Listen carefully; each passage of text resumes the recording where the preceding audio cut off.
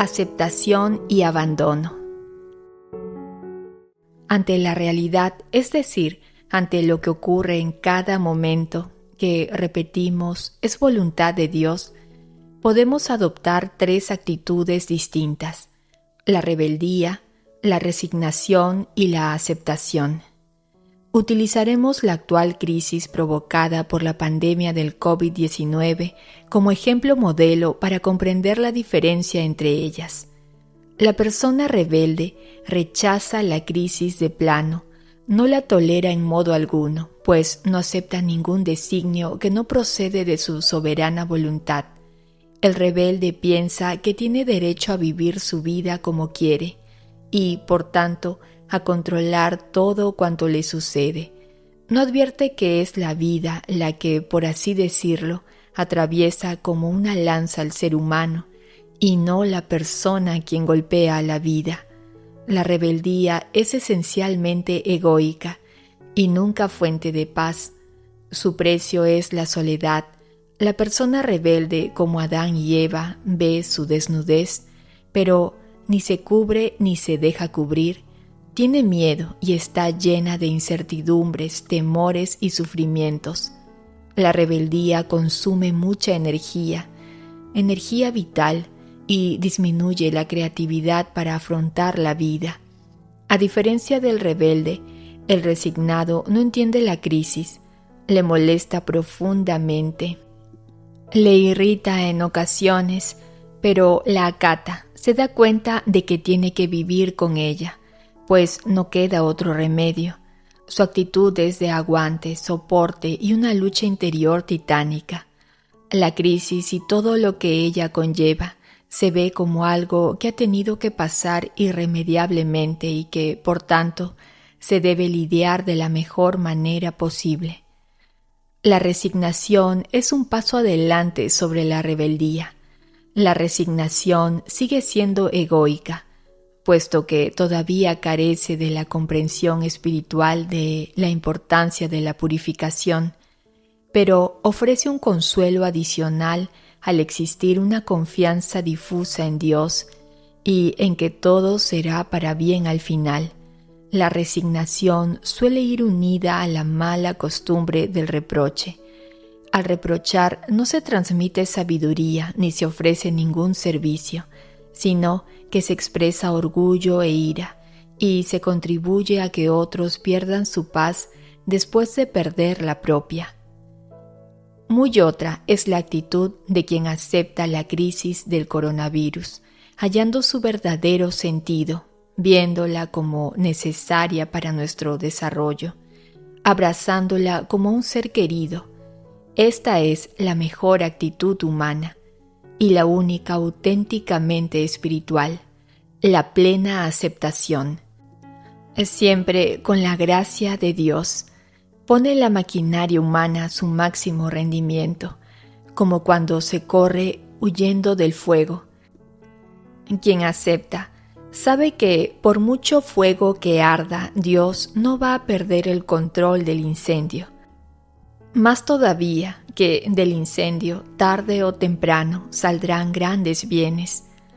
Cuando se acepta la crisis de esta manera, cada persona da lo mejor de sí misma, se ofrece como don en servicio de los demás y encuentra la verdadera felicidad, la plenitud vital.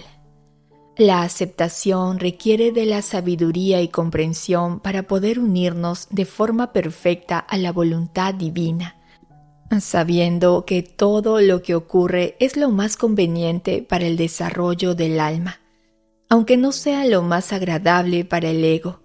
Un ejemplo imperecedero de aceptación dejó Tomás Moro en una preciosa carta escrita a su hija Margaret, en la que afirma con contundencia que todo viene de Dios.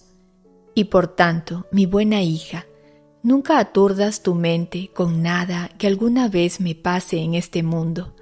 Nada puede pasar sino aquello que Dios quiere, y estoy seguro de que, sea lo que sea, por malo que parezca, de hecho, será en efecto lo mejor.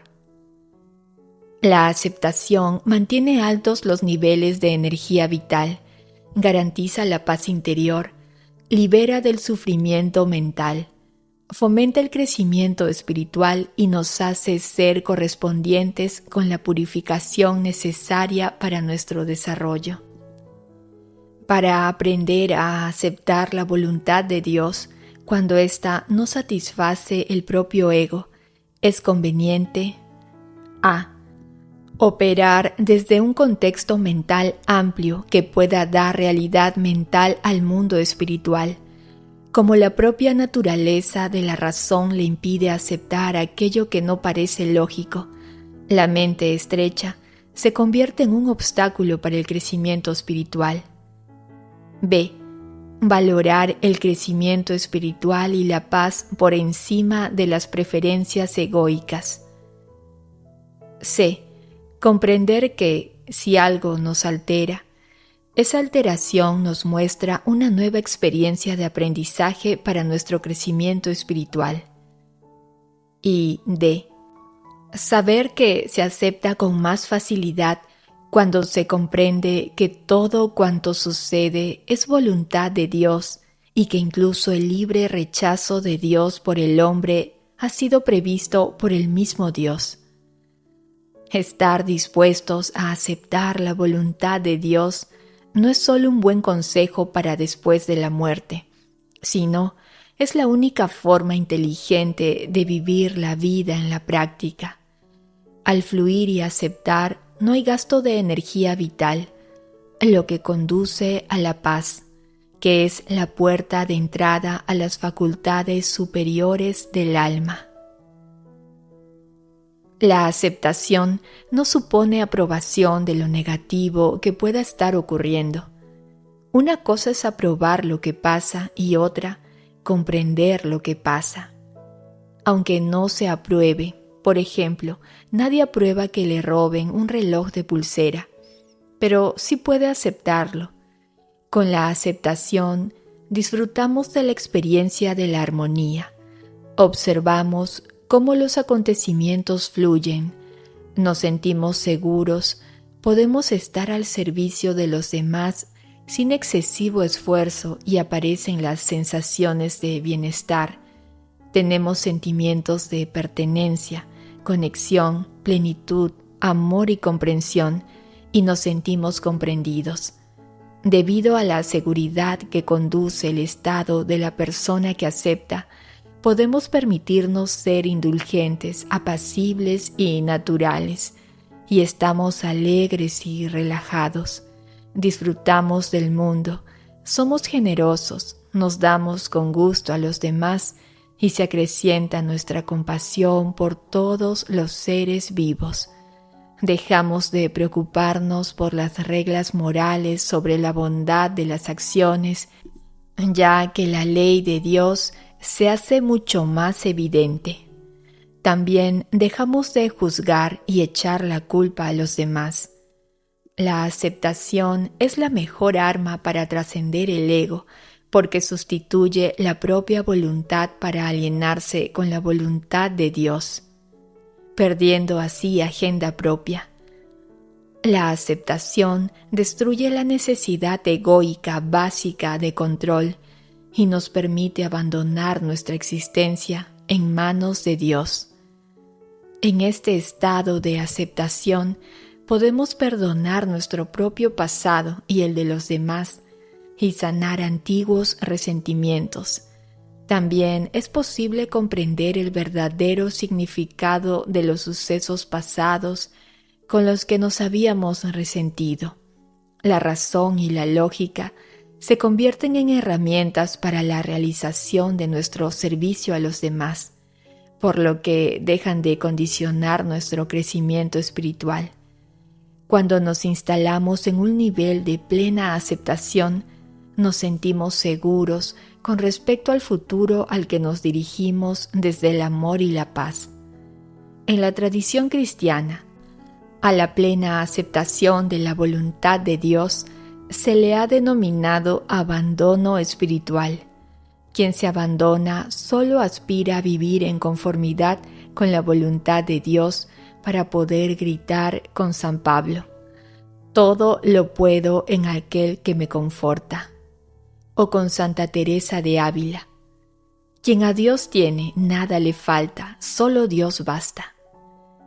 El abandono implica dejar en manos de Dios el pasado, el presente y el futuro, lo temporal y lo eterno, la salud y la enfermedad, la vida y la muerte, la honra, los honores, los bienes y la fortuna, la familia, las amistades, el trabajo, las inquietudes y preocupaciones, los proyectos e incluso la propia vida espiritual.